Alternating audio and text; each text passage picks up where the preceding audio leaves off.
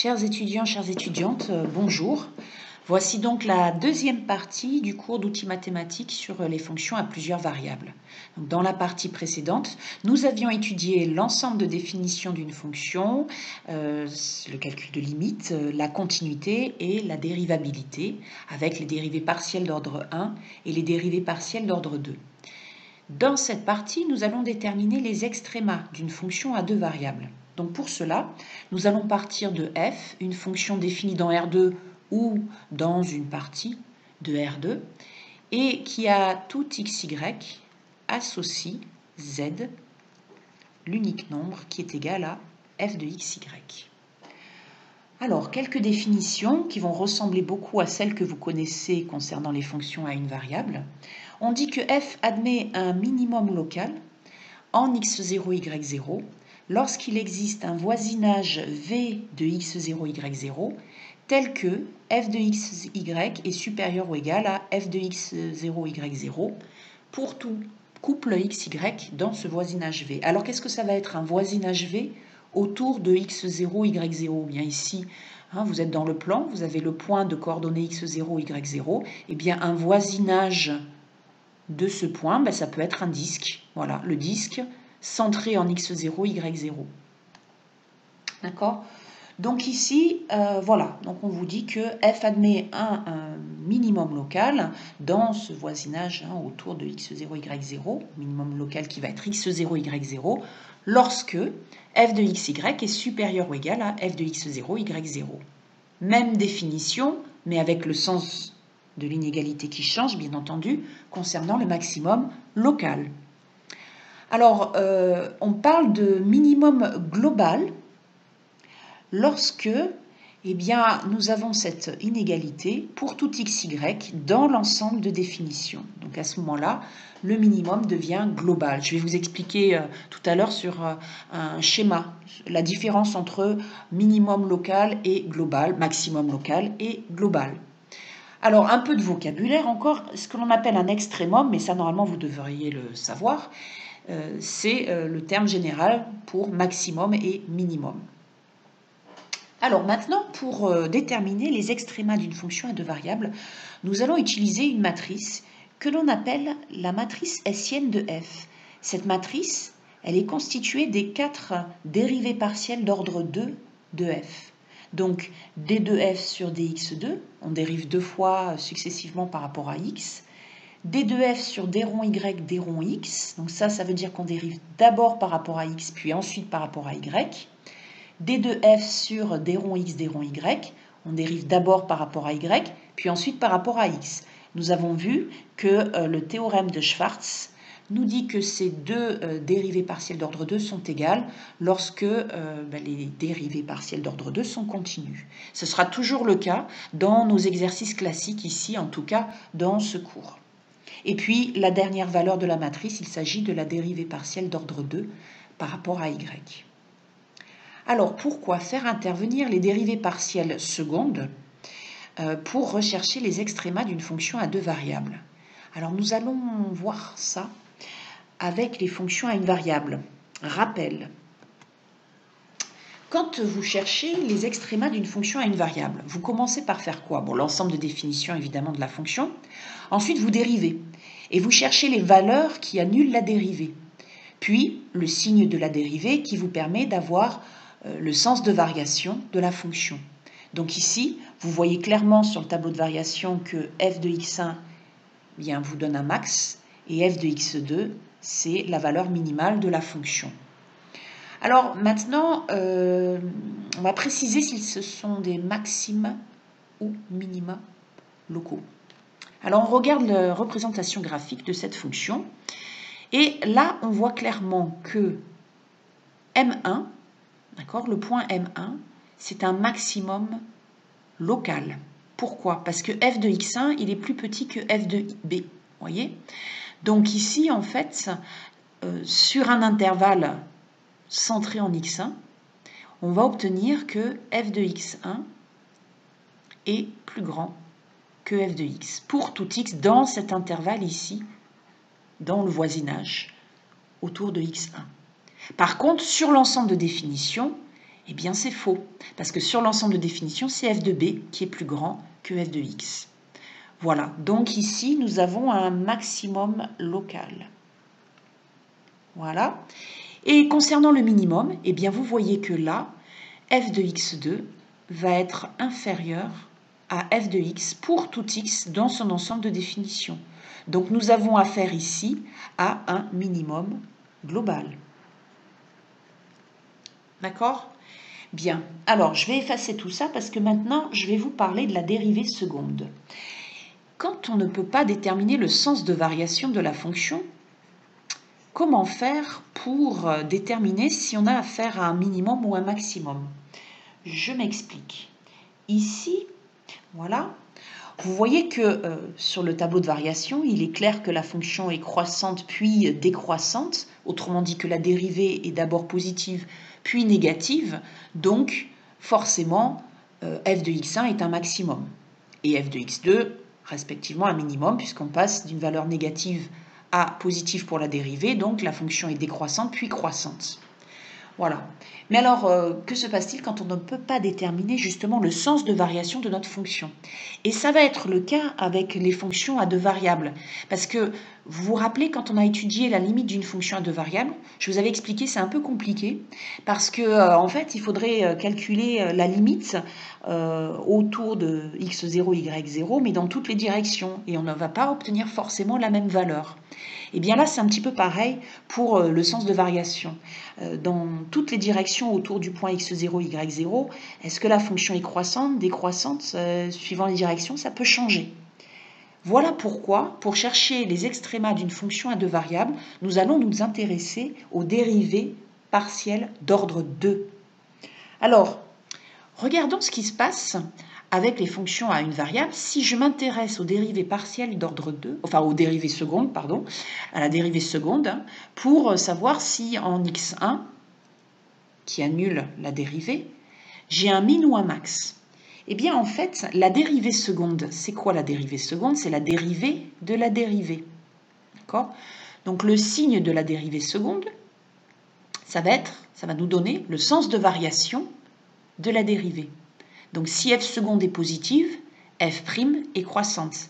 Si f seconde est négative, f' est décroissante. Mais f', c'est quoi? F' c'est la pente de la tangente à la courbe.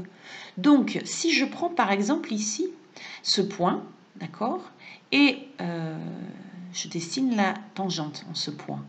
Eh bien, en ce point, puis après je passe à ce point, si vous regardez bien la différence de ces deux tangentes, eh bien, la pente diminue, d'accord? Si la pente diminue, ça veut dire que f' décroît. Si f' décroît, ça veut dire que f seconde est négative. Ah, mais alors, si je regarde l'autre côté, parce que là, la pente, elle est positive, hein, d'accord? La fonction est croissante, donc la pente est positive. Là, elle est décroissante, donc la pente est négative. Eh bien, j'ai la même chose dans les négatifs, d'accord? La dérivée décroît, donc la dérivée seconde est négative. Et voilà pourquoi j'ai un max. Ici, même chose, si je regarde la pente de la tangente, là je suis dans les négatifs, hein, donc là elle augmente. Là, de l'autre côté, je suis dans les positifs, hein, je veux dire par là que la pente augmente, elle est positive, hein, puisque la fonction est croissante. Et là, pareil. Donc la pente augmente, la dérivée augmente, donc la dérivée seconde est positive. Et là, j'ai donc un min. Voilà pourquoi on vous dit ici que la courbe admet en M2 un minimum global, car pour tout x dans AB, f de x est supérieur ou égal à f de x2. Et en fait, si je regarde bien, j'ai x2 qui annule la dérivée, et j'ai la dérivée seconde en x2 qui est positive. J'ai donc un minimum. Il est global parce que je peux écrire cette inégalité sur tout l'ensemble de définitions. Maintenant, si je regarde en M1, j'obtiens un maximum local parce que d'une part, donc, x1 annule la dérivée, bien sûr, et eh bien, la dérivée seconde en x1 est négative. Voilà. Donc voilà comment je vais travailler avec les fonctions à deux variables. Le sens de variation, je laisse tomber, mais par contre, je vais calculer les dérivées partielles d'ordre 2 et grâce à leur signe, je vais pouvoir déterminer si j'ai affaire à un minimum, maximum ou autre. Parce que se passe-t-il maintenant si la dérivée seconde est nulle? On va voir ça dans l'exemple suivant. Alors, exemple 2, j'ai pris cette fois-ci l'expression d'une fonction, la fonction x³ que vous connaissez bien. Je calcule sa dérivée, elle s'annule en 0, d'accord? Donc, si et seulement si x est égal à 0, voilà, tac, je vais gober ceci. Et maintenant, je regarde, je fais l'étude classique, hein, donc le sens de variation de ma fonction, et bien comme la dérivée ici est positive, quel que soit x, j'obtiens une fonction croissante. Voilà la représentation graphique que j'obtiens. Et en fait, ici, en ce point 0, j'ai un point d'inflexion. Si je calcule la dérivée seconde de f, eh bien j'obtiens 6x, et en 0, j'obtiens 0. Alors, attention, quand la dérivée et la dérivée seconde s'annulent en un point, eh bien ce point peut être soit un point d'inflexion, mais aussi ça peut arriver que j'ai affaire à un minimum ou à un maximum. Regardez l'exemple suivant. Donc dans l'exemple suivant, j'ai pris à nouveau une fonction, une expression. D'accord? Donc je dérive, la dérivée s'annule en 0 et en moins 4 cinquièmes. Je calcule la dérivée d'ordre 2. Elle s'annule également en 0. D'accord? Donc elle s'annule en 0 comme la dérivée. Donc ici, si je regarde, je vous épargne tous les détails, mais en fait, en 0, vous voyez que je n'ai pas de point d'inflexion, hein, j'ai un minimum. Donc en fait, si vous voulez, quand la dérivée seconde s'annule, quand on travaille avec une fonction à une variable, je vais avoir soit un point d'inflexion, soit un extrémum. Voilà. Donc ça, c'était juste, l'exemple 3, c'était juste une remarque. Alors maintenant, on y arrive à nos fonctions à deux variables. Comment faire pour déterminer les extrémas d'une fonction à deux variables? Donc je fais intervenir la matrice hessienne qui contient les dérivées partielles d'ordre 2. C'est parti. Donc, oui, je résume pour les variables les fonctions à une variable. Donc, pour déterminer les extrémas, je cherche d'abord les x qui annulent la dérivée. On les appelle les points critiques. Et ensuite, pour chaque point critique, je détermine s'il s'agit d'un min, d'un max ou d'un point d'inflexion. Et je peux le faire éventuellement avec la dérivée seconde. D'accord? Donc, on va suivre le même protocole pour déterminer les points critiques puis les extrémas d'une fonction à deux variables. Donc je pars d'une fonction définie dans R2, donc, ou d'une partie de R2, à valeur dans R. X0, Y0 est dans l'ensemble de définition. Et je calcule les dérivées partielles d'ordre 1. Je cherche les valeurs, les points X0, Y0 qui annulent ces dérivées partielles d'ordre 1. Et je les appelle les points critiques. Voilà, donc définition, je ne l'ai pas écrit ici, mais vous pouvez le rajouter sur le polycoup de pied. Ce sont les points critiques de la fonction f. Donc une fois que j'ai trouvé les points critiques, je vais déterminer la nature de chacun de ces points critiques. Est-ce que j'ai affaire à un minimum, un maximum ou autre? Alors, en fait, dès lors que le déterminant de la matrice hessienne est strictement positif, je vais avoir affaire à un extrémum. Pour déterminer si cet extrémum est maximum ou minimum, je calcule le signe, je détermine le signe de la dérivée partielle d'ordre 2 par rapport à x. Je pourrais faire la même chose d'ailleurs par rapport à y, ça marche aussi. Si la dérivée partielle d'ordre 2 par rapport à x est positive, alors j'obtiens un minimum local. Si le signe est négatif, j'obtiens un maximum local. Alors maintenant, que se passe-t-il si le déterminant de la matrice hessienne est négatif? Eh bien, à ce moment-là, f n'admet pas d'extrémum local, donc il n'y a pas de minimum ni de maximum, mais on parle de point sel ou encore de point col. Alors, je vais vous expliquer graphiquement ce que représente un point sel et un point col. En fait, sel, ça fait allusion à une selle de cheval et col à un col de montagne.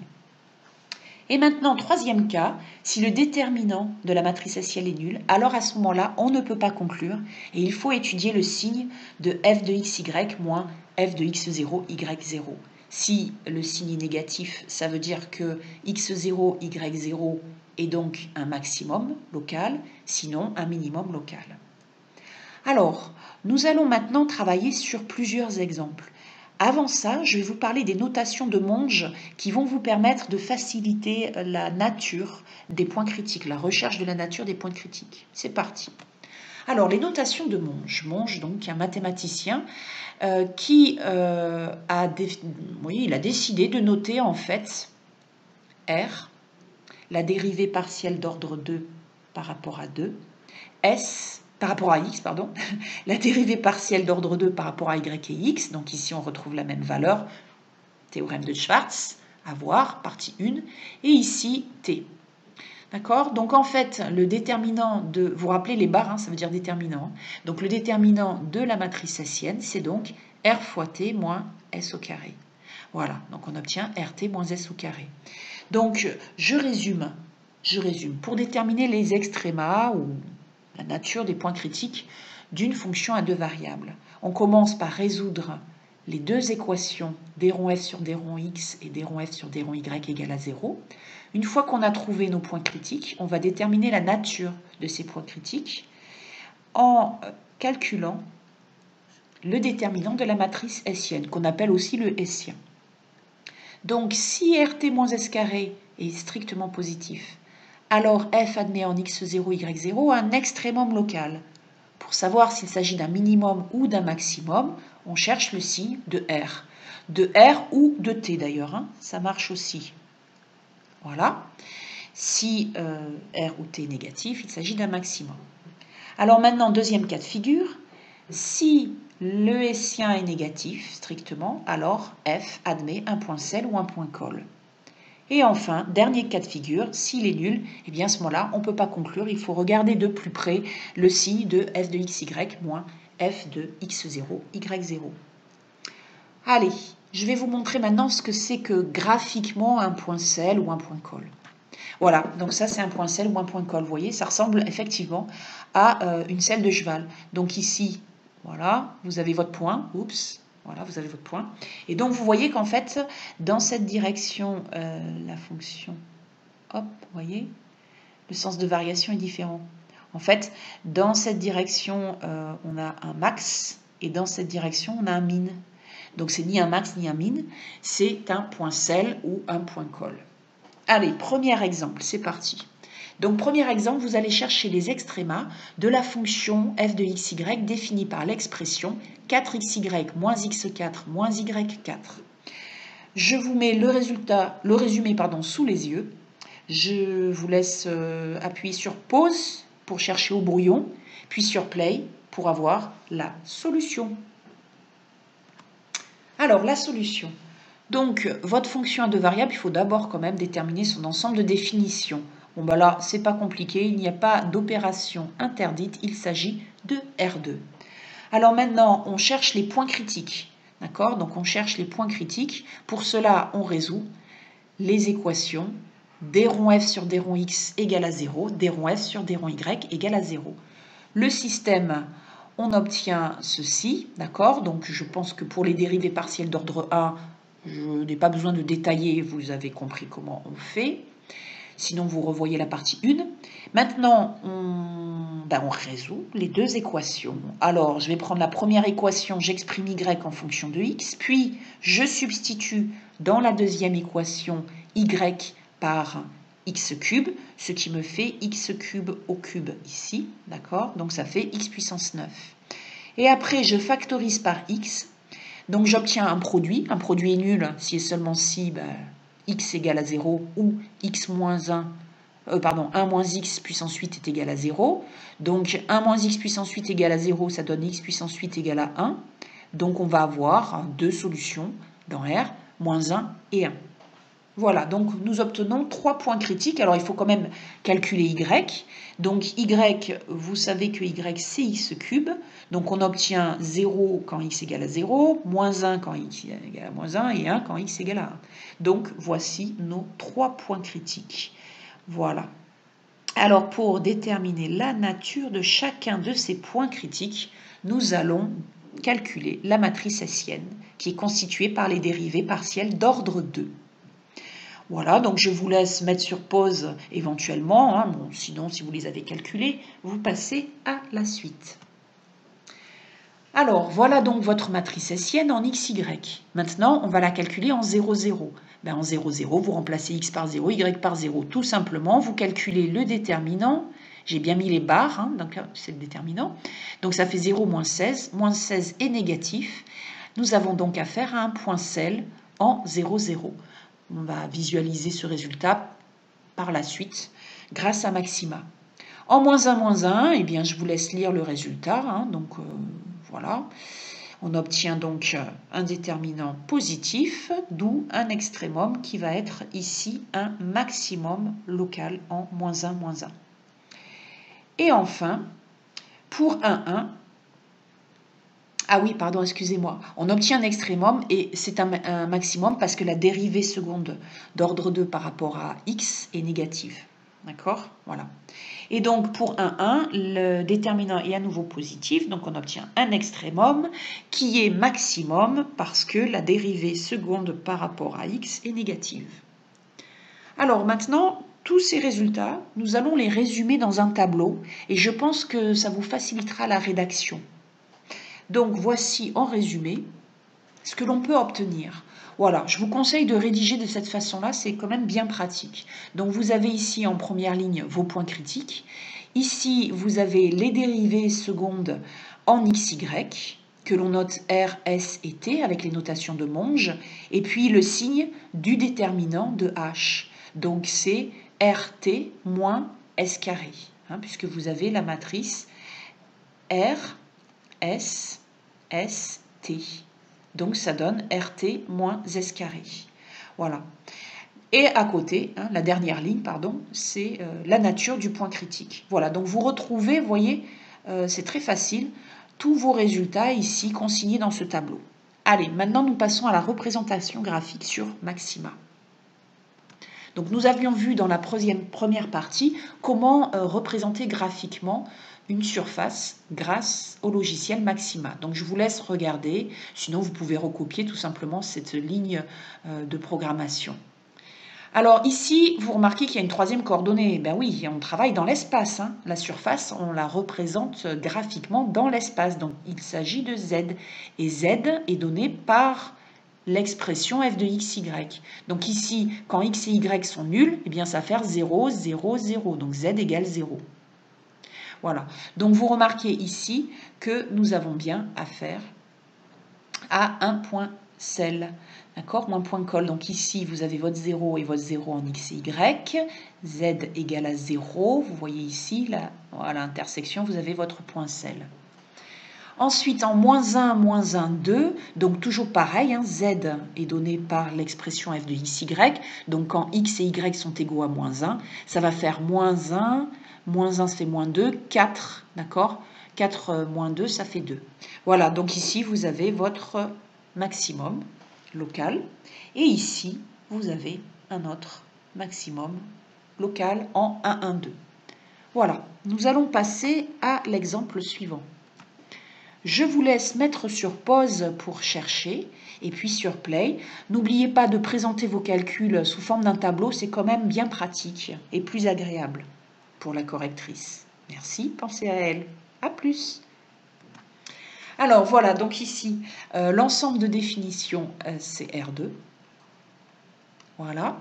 Les dérivées partielles, elles ne sont pas continues, elles ne sont pas compliquées, elles sont continues par contre, hein, mais elles ne sont pas compliquées à calculer, pardon. Donc 2x et 2y, elles s'annulent toutes les deux lorsque xy est égal au couple 0, 0. Il y a donc ici un seul point critique, donc moins de travail. Le petit tableau, voilà, vous calculez les dérivées partielles d'ordre 2, donc en x, en xy, en y2. et le déterminant de la matrice, donc RT moins S carré. Donc on obtient ici que le déterminant est positif, donc nous avons affaire à un extrémum, et pour déterminer la nature de cet extrémum, nous cherchons le signe de la dérivée partielle d'ordre 2 par rapport à x, il est positif, donc nous avons affaire à un minimum local. Et en fait, ce minimum local, il est global. Eh bien oui, pourquoi? Parce que regardez, f de xy est égal à x carré plus y carré, qui est la somme de deux nombres positifs. Donc, pour tout couple XY dans son ensemble de définition, c'est-à-dire R2, eh bien, la fonction f de XY va être supérieure ou égale à f de 0, 0. Voilà pourquoi 0, 0 est un minimum global. Allez, nous passons à la représentation graphique. C'est parti avec Maxima.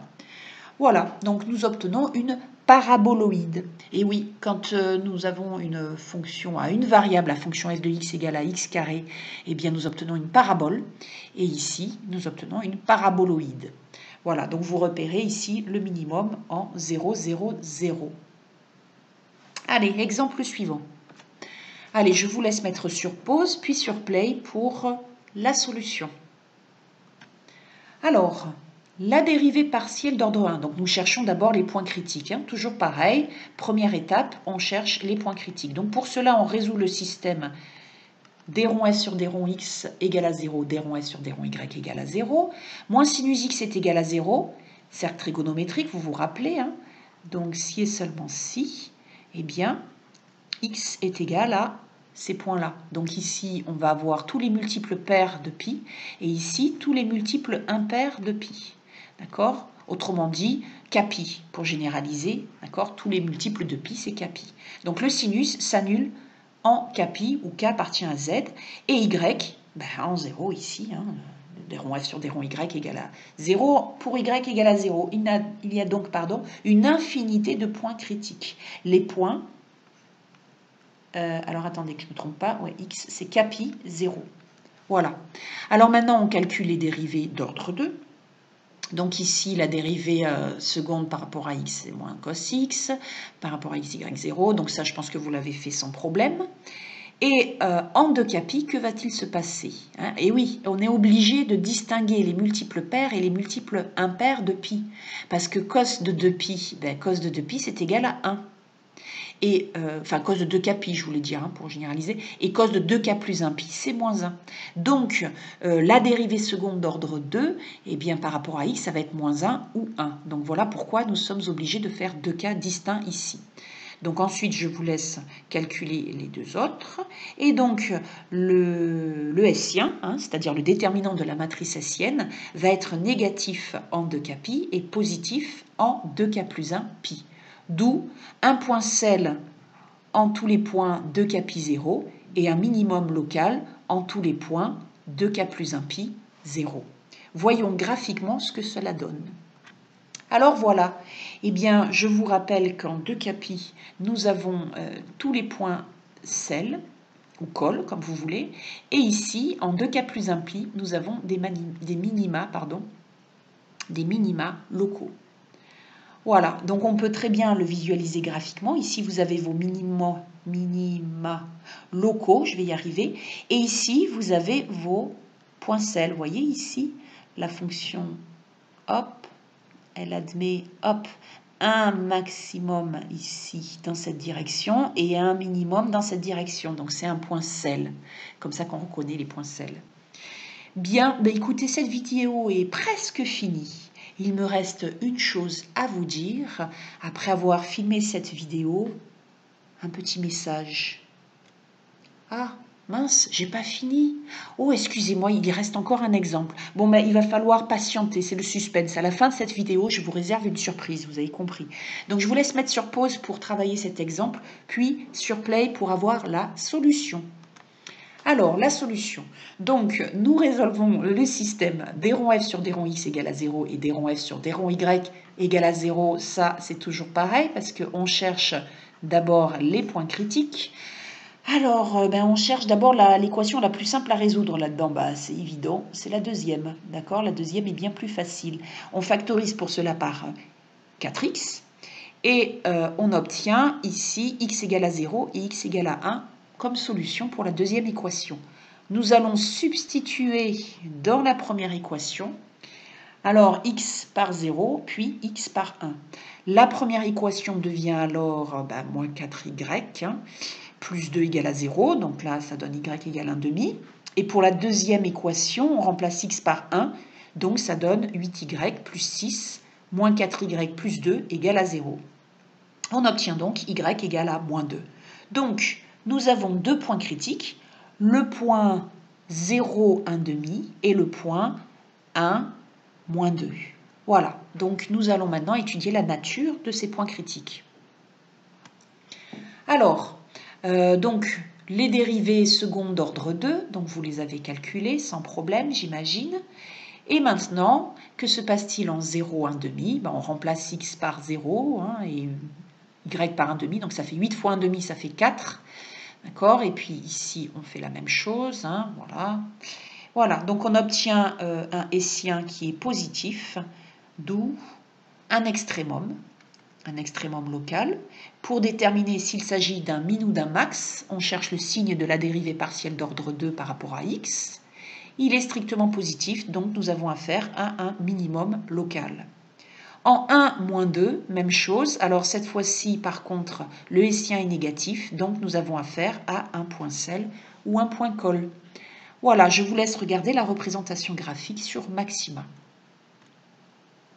Donc là, toujours pareil, hein, le z qui est ici, il est calculé grâce à la formule f de xy. Hein. Donc vous remplacez x par 0, y par 0,5. Alors, je ne l'ai pas dit précédemment, mais à chaque fois, vous remarquez que je fais exprès, pour x, je prends un intervalle autour de x0, d'accord? C'est-à-dire, voilà. Pardon, x0, il est là. Voilà, c'est 0. Donc autour de 0, j'ai pris moins 0,5 et 0,5. Et pour, hop, c'est la gomme que je vais prendre. Voilà. Et pour les variations de y dans la représentation graphique, vous voyez, j'ai pris entre 0 et 1 parce que ici, mon y0, c'est 0,5. Voilà. Et après, voilà, je calcule. Donc là, j'ai fait pareil hein, pour la fenêtre. Là, j'ai pris entre 0,5 et 1,5 parce que j'ai mon x0 qui est égal à 1. Donc je centre autour de x0. Et là, j'ai fait pareil entre moins 2,5 et moins 1,5. Et voilà, je centre autour de moins 2. Voilà, voilà les résultats. Bien, allez, la surprise tant attendue. Voici dans quel état d'esprit je suis à l'heure actuelle. C'est parti. Je suis Zinzin! Je suis Zinzin! Ah! Je suis Zinzin! Je suis voilà! Je suis Zinzin!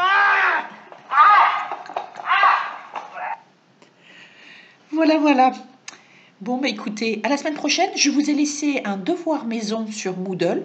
Vous pouvez commencer à le travailler. Vous avez tout ce qu'il faut, hein, toutes les connaissances pour pouvoir le résoudre.